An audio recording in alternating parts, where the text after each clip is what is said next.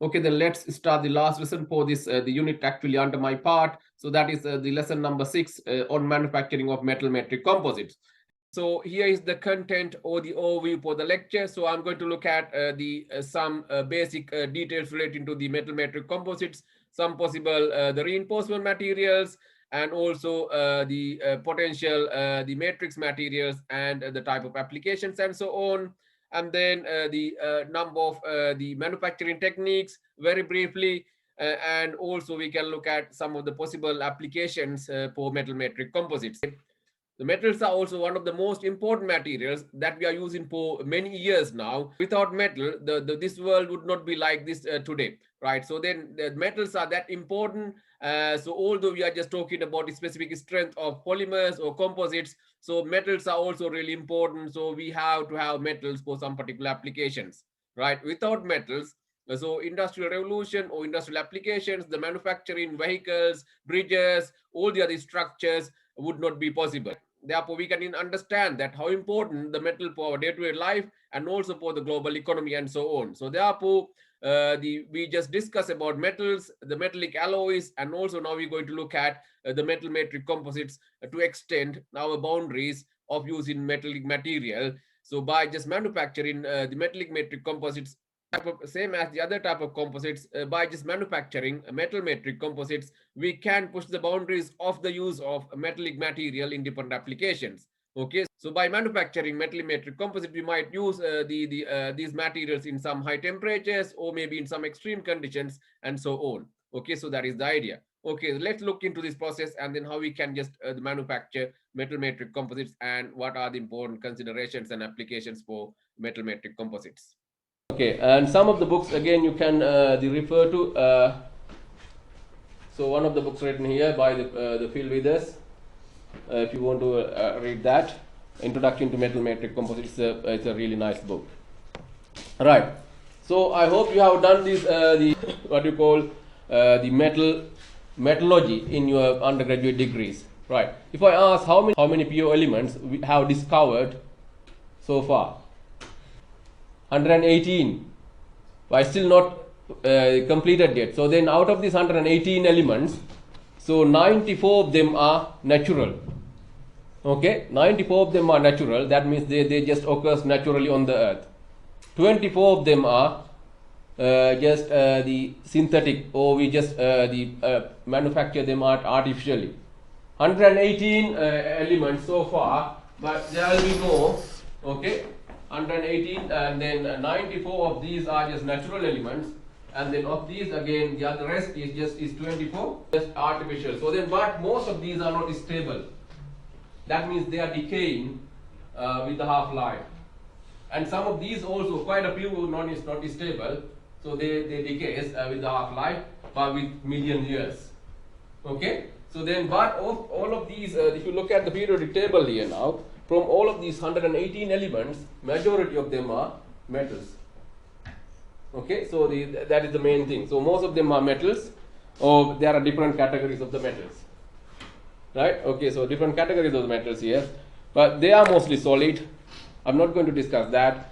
And then malleable, one of the materials invented very early the stages of the civilization. Okay, conduct electricity, and but here, so for the metals we discussed two main types. You might have learned, it's a quick recap. So we call the substitutional alloys. If you consider the alloys and metals, we mostly now use alloys. Okay, we mostly now use alloys. We have two types, the substitutional alloys and the interstitial alloys. Okay, you can see the difference here. So you replace one of the atoms of the base material. The base material is the black one here, you could say, but the alloying element or alloying agent replace some particular atoms, but they are in the same size. Okay, so by in the interstitial alloys, so you could say, so it is just not replacing the main atom of the base material, but it's just between the structure. You will get some small size of the alloying agent, and these are the two main type of the alloying the methods or manufacturing alloys: substitutional and interstitial alloys. Right. Some example here. copper and zinc. So we brass, this is a substitutional alloy. And we have done these phase diagrams. I hope you are familiar with them. Right. One example for the interstitial alloy is the carbon iron. So a small the carbon atoms could be with the these iron or the ferrous atoms, and then it is a kind of the example for the interstitial alloy. Okay, then moving into the metal matrix composites. Here also the idea is just to, we have monolithic materials. That means monolithic means with a single chemical compound. So those metals may have single chemical compound, but we try to mix with some reinforcing agents to get the desired properties. So that is what we are trying to do here as well. The concept of the composite is same for PMCs, CMCs or MMCs. The most commonly used matrix materials, aluminium, magnesium and then titanium. The aluminium is the most dominant matrix material for the metal matrix composites.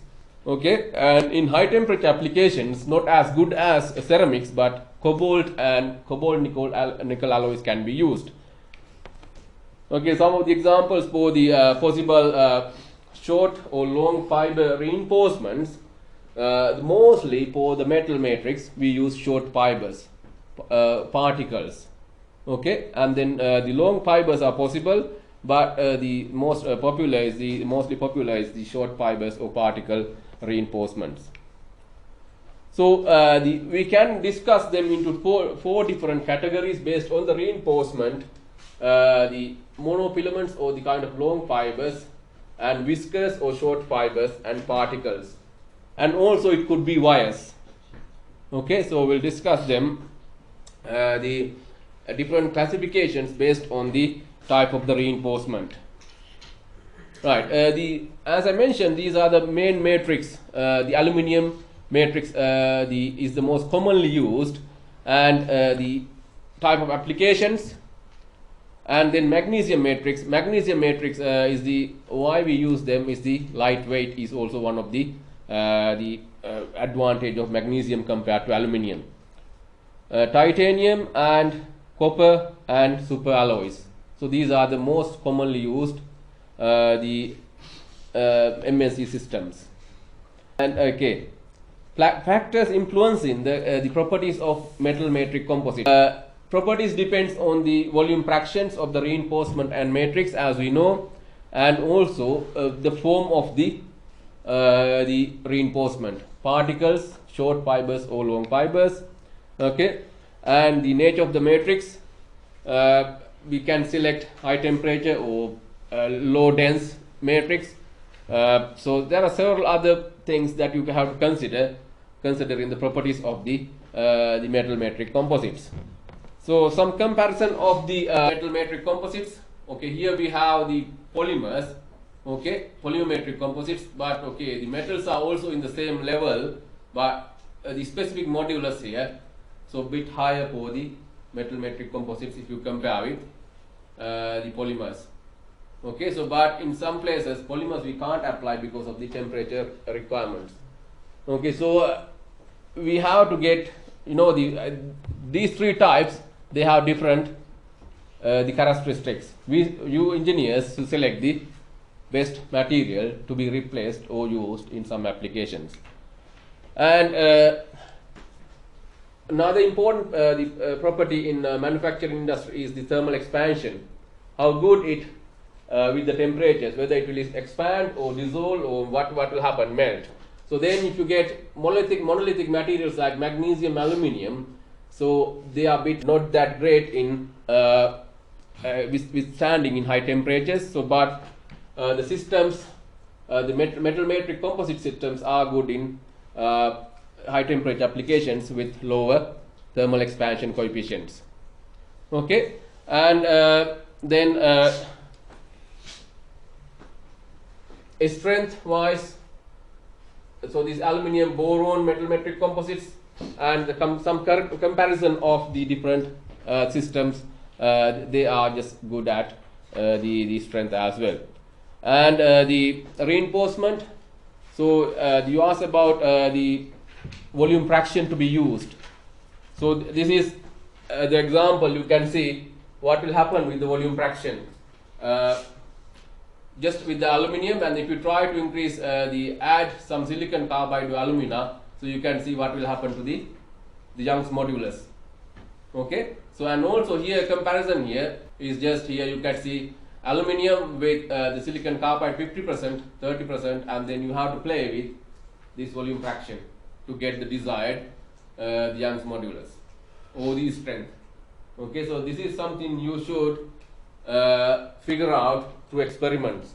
So what are the effects of the factors like temperature, processing temperature, volume fraction of the reinforcement, and maybe the type of the or the form of the reinforcement that we're going to use. Because having more reinforcement mean it is going to be expensive. Okay, so then you just try to figure out the properties required and then what is the volume fraction you need for the composite material.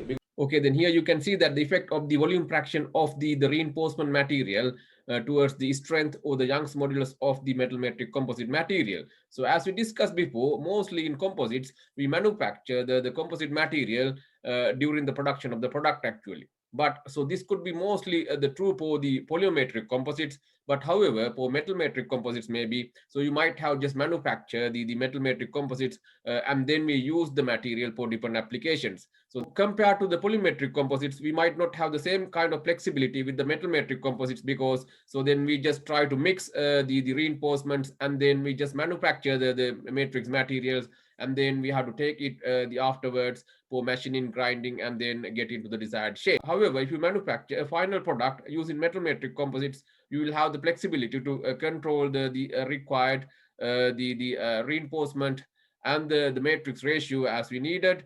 But okay, so here you have to understand that the selection of the reinforcement and the matrix material is really critical for any type of the composite material actually. Okay, so and also you have to decide whether we have to go with the particles, powders, or long fibers. So these are the things that we have to consider. Right here, there's another comparison between the specific strength and the temperature. You could see that here the aluminium metal matrix composite, which is one of the commonly used metal matrix composite material, are having very high strength. But however, so it might not go beyond temperatures like the 800 degrees or so. But the some of the metal matrix composites, the carbon, and the refractory metals and so on, so they might go for higher temperatures like the 300 Fahrenheit and so on. Here you can understand the constraints or the limitations that we have with different type of the composite materials. However, for some particular applications, so then we don't have any other choice. So we have to go with the most suitable material. So it could be polymers, or it could be metal or ceramics. So therefore, the all types of the composite materials are important for different type of applications. But however, if we have the choice to select the most suitable material among these types, so then we might go with the best material with the highest specific strength and so on. When we select the material, most the critical thing to be considered is the sustainability or the specific fuel consumption and the other environmental impact that we have nowadays. So therefore, that is really important. We have to check whether we can cut down the carbon footprint, or whether the material can be recycled after use, or what would be the service life, and likewise. So we have to consider those factors. Then nowadays we have to go for eco-friendly structures. So that is the main constraint. And with the composite material also, we have to just go with that route. So then we have to follow the circular economy concept in all the manufacturing fields if you want to just tackle the ongoing the alarming issues such as the climate change, and also the global warming and so on. Okay, so then as we all know, composite materials are playing a vital role in number of different areas. But however, few decades before, the metal was the most the critical material that we use in most of the applications where strength is needed. Okay, especially in the aerospace industry. So few decades before, we use aluminium matrix composites, titanium matrix composites, and so on. Okay, nowadays we try to replace the most of the metallic the material with some the polymetrics or the ceramic matrix composite materials. But however, we should understand that so the a few decades back, the metal was the most critical material in most of these applications. So Here there's a nice video to explain the evolution of composite material within the aerospace industry over the past few decades actually. So then initially we used wood sometimes, but then after that gradually we moved into the metal matrix composites. So nowadays we are trying to use the composite materials with high specific strength, and trying to replace some of the metallic material with the advanced polymetric composites and ceramic matrix composites, which are having a high specific strength. So but the metal was one of the key component or key materials that we used in aerospace industry even today. So then we have some critical applications like aircraft landing gear, and the several other places we still use metals, because we cannot replace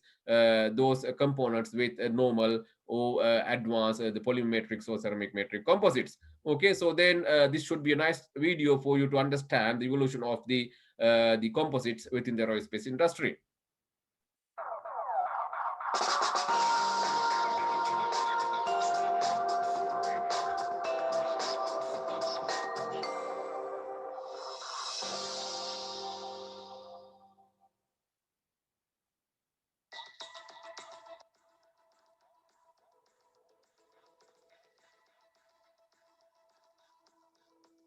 Weight. It's always been a critical factor in aviation. The heavier the craft, the more power and lift you need, and the more fuel you consume. Nowadays, we can use advanced composite materials to build lighter, faster, more durable aircraft. But it was a lot tougher in the beginning. The earliest heavier-than-air flying machines were made of the lightest materials available, usually wood for the frame and a cloth cover. With a few variations, the model persisted for many years. Then, following the First World War, aluminum became the material of choice, and several all-metal craft were produced over the next decade. But the shortcomings of aluminum soon became apparent. It was hard to form it into smooth and complex shapes. It was subject to corrosion, and aluminum became fatigued when worked or stressed.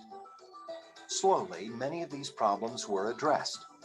New alloys were developed, and airframes were built with complex and expensive structural reinforcement. By the 1930s, wood had virtually disappeared from American multi-passenger and military aircraft. Even as the fortunes of aluminum soared, composites were making inroads into aviation. Modern composites rely on a matrix that can be molded into shapes. That actually happened back in 1907 with the invention of Bakelite, a liquid phenolic resin. In early applications, Bakelite was combined with weak reinforcements such as sawdust, paper, or cloth. These phenolic resin composites had some serious limitations. They were relatively weak and brittle. The first uses of Bakelite in aviation would have been for small parts like insulators and control knobs inside the craft. Then, in 1930, Owens Corning developed fiberglass composites. Early fiberglass still used phenolic resin, so the composites were still brittle, but they were quite strong. This strong and moldable fiberglass was not suitable for aircraft parts, but it was perfect for creating parts. Douglas Aircraft Company used fiberglass composites as forming die tools to produce prototype metal aircraft parts, and much of the industry followed. The approach of World War II saw several advances in materials science, including polymer chemistry. New synthetic resins, including polyester resin and epoxy resin, eliminated the brittle matrix problem. This new generation of composites was ready to fly. The war years saw composites spread throughout military craft.